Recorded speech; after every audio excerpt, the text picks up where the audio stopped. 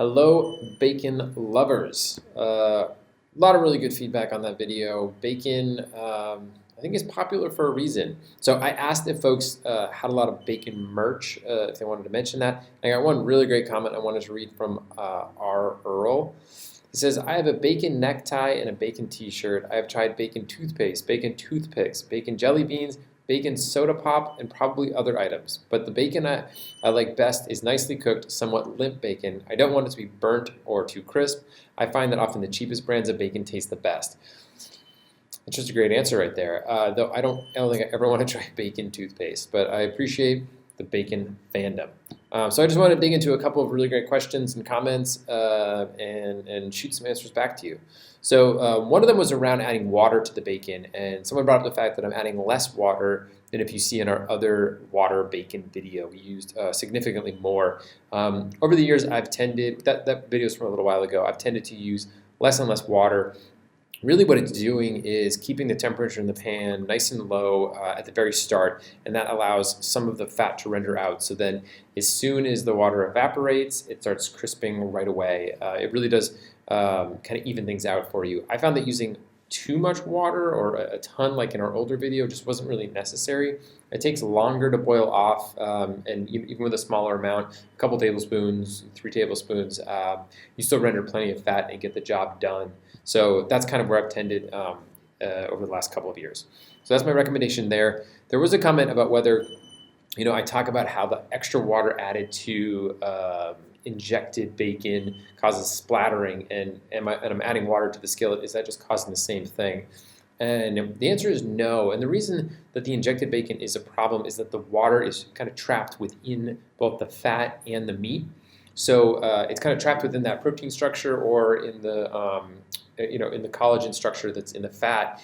And then so as that water heats up, it doesn't really have any place to go until it heats up, and then it boils, and then it expands and basically pops and bursts out of the fat or the meat. And that popping is what sends fat flying everywhere. So it's generally not an issue that you have water in the skillet and that's causing the popping. So you don't have to worry about that. And by the time the temperature in the pan doesn't get hotter than 212 degrees while there's water in there, so you don't really have it hot enough to cause any explosions. So once that water evaporates, then it starts searing. So anyway, so not a big concern, and it's not the same thing as injected water.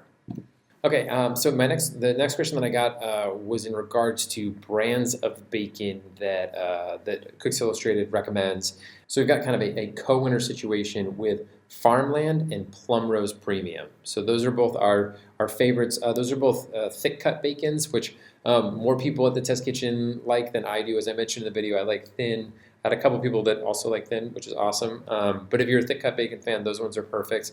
But yeah, I just tend to look for the thinner versions of those. I also got a nice question from the Arizona girl. She was asking if there's a way to cook bacon without it being greasy and without it losing any of its flavor. So really the best way to get rid of grease on bacon, the stuff that renders out, whether it's sitting in a pan in that fat and frying, or in the oven, or even if you try and raise it up on a rack so that the fat renders away. The biggest thing is once you take it out of that cooking medium and when you put it on paper towel. So paper towel is really absorbent. We know we use it to dry our hands all the time. It's got this awesome effect, this kind of capillary effect within the paper towel that can pull in a ton of fat too. So the real key is whenever you're done cooking it, getting it on paper towel and blotting it, and blotting both sides of it really well. You're going to remove the majority of the oil at that stage. So doing it in the oven and letting it sit in the fat, there's nothing wrong with that. It's nice to cook it in the fat because it kind of evens out the heat and it crisps the whole thing. But then as soon as you take it out of that, that's when you want to do your blotting and really wick away as much of that fat as you can. Okay, and the final question I want to dig into was there are plenty of folks that don't eat pork. There are some folks asking about beef bacon, which I've never gotten into. I'm kind of racking my brain as to how that would work. I know it would be really large, so I might dig into that a little bit more. But I will say that lamb bacon is really good. I think someone actually mentioned that in the comments. It's about the right size. If you like lamb flavor, that's great.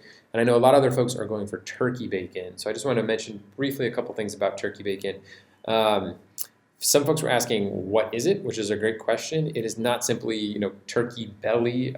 There's no real part on a chicken that you could take that would mimic the striations and the fat meat ratio of pork bacon.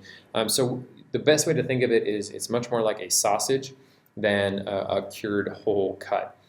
And so what they normally do is they grind up turkey meat, and it can be any combination of white and dark meat, and they mix in seasonings, basically brine ingredients, and then they extrude it into a container. Sometimes they do alternating layers of white and dark meat, and then once that's set, then they would slice it, and you'd get that kind of faux bacon-looking effect there. So I think the best thing to understand about turkey bacon is it's similar in some ways. It's going to have some of the smokiness, but it's not the same thing as bacon, and that has some implications for it. So especially when it comes to cooking. So we found that if you try and cook turkey bacon, put it in a skillet, turn on the heat, it just does not render anywhere near enough fat in order to properly crisp up. So we did a bunch of tests, and we actually found that you want to cook it in some oil. So you essentially want to fry it. And we found that starting with a couple tablespoons of oil in a skillet, heating that up, adding your bacon, your turkey bacon, and then cooking it for about 8 to 10 minutes and flipping it every couple of minutes was the best way to get it really crispy. Now, I know what you're saying, why do I want to add fat to something? I'm going for turkey because I want it to be potentially leaner. Well, we actually measured the oil that was left over afterwards, and we found that it was pretty much 2 tablespoons. So it might be picking up a tiny bit of the oil, but it's really there as a medium to cook it evenly across the whole surface. And we had some folks who are definitely not turkey bacon eaters who found that turkey bacon really good. So that would be my recommendation there if you are a non-pork, non-bacon eater. All right, so that's all I have time for today, but thank you guys so much for all the comments, all the feedback. I really, really love it. I really appreciate it. And stay tuned. We've got another great video coming up in a week. All right, thanks, guys.